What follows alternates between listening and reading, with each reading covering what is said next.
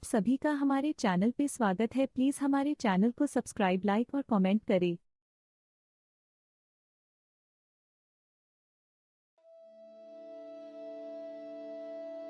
गांव का नाम था भूखपुर। छोटा सा मगर बहुत ही रंग बिरंगा गांव, जहां लोग सादा जीवन जीते थे लेकिन खाने पीने के बेहद शौकीन थे। यहाँ के हर नुक्कड़ पर कुछ न कुछ बिकता था, कहीं जलेबी, कहीं समोसे, कहीं कचौरी। लेकिन इन सब में सबसे ज्यादा भीड़ जिस ठेले पर लगती थी वो थी भोला गोलगप्पे वाला की ठेली। भोला एक चालाक मगर मीठी बातों वाला आदमी था। उसकी उम्र होगी कोई 40-45 साल, लेकिन चाल ऐसी कि जवान लड़कों को भी मात दे दे। उसने अपने ठेले पर लिखा था, स्वर्ग से आए गोलगप्पे, खाओ और खुश हो जाओ। और लोग वाकई खुश हो जाते थे, पर उन्हें ये नहीं पता था कि इन गोलगप्पों के पीछे लालच और धोखे की पूरी कहानी छुपी थी। भोला अपने गोलगप्पों में अजीब सा पानी डालता था, मसालों से भरा, तीखा पर बहुत स्वादिष्ट। लेकिन असली बात ये थी कि वो पानी दोबारा 3 बार इस्तेमाल करता था। खाली बोतलों से जो बचा हुआ पानी बर्तनों में गिरता था, उसे वो छानकर फिर से ठेले पर डाल देता।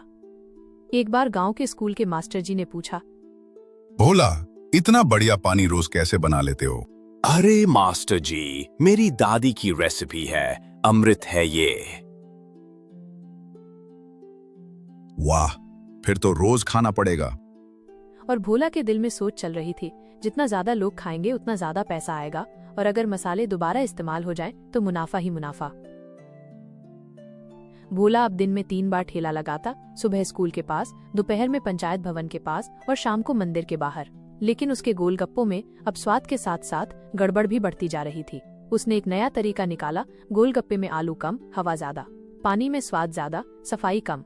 लोग खा तो रहे थे, लेकिन कई बार बच्चों को पेट दर्द होने लगा, किसी को उल्टी, किसी को दस्त। गांव वाले समझ नहीं पा रहे थे कि ये सब हो क्या रहा है।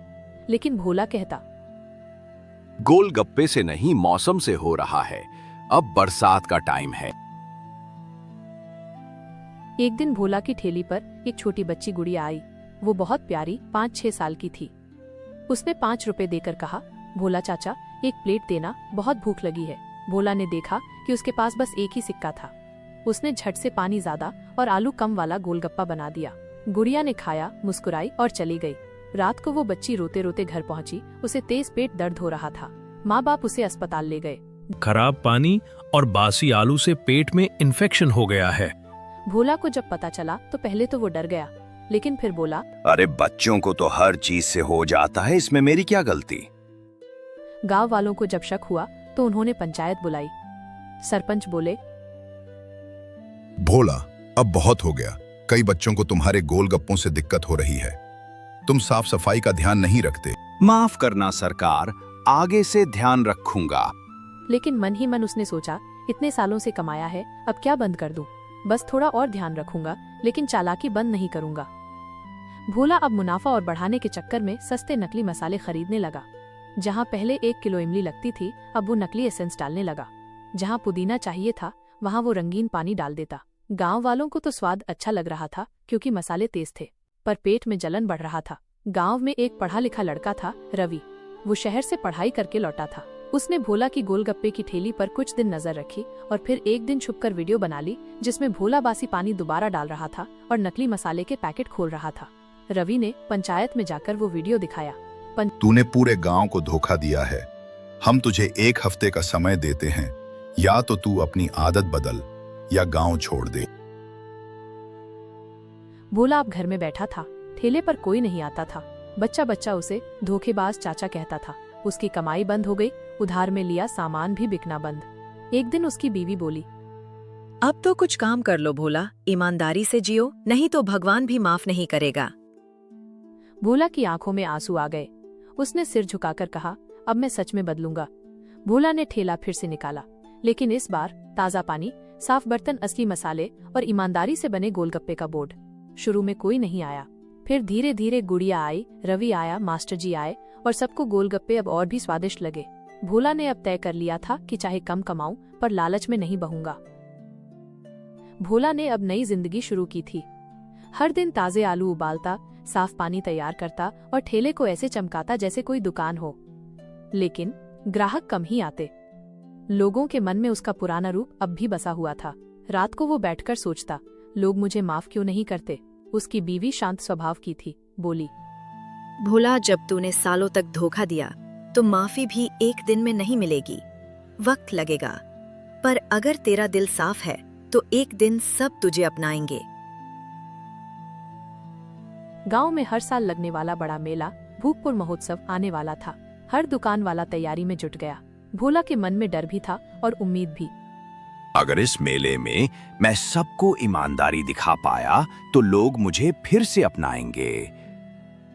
उसने अपने ठेले के लिए एक खास गोलगप्पा चैलेंज रखा। अगर स्वाद पसंद ना आए तो पैसे वापस।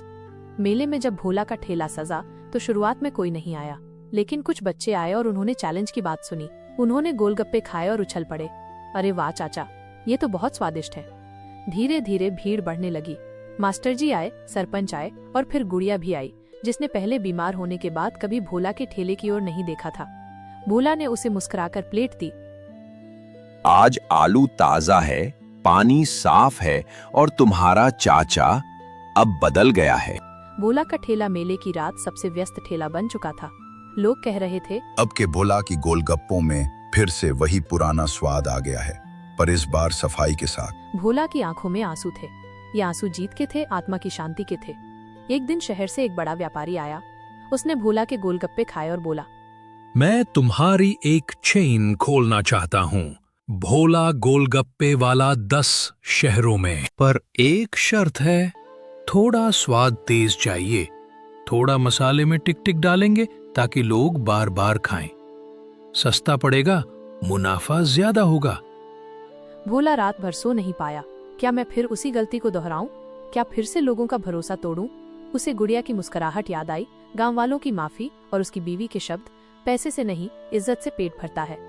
सुबह व्यापारी आया, लेकिन भोला ने साफ कहा, माफ कीजिए, मैं अब स्वाद से समझौता नहीं करूंगा। सरपंच ने भोला को बुलाया और कहा,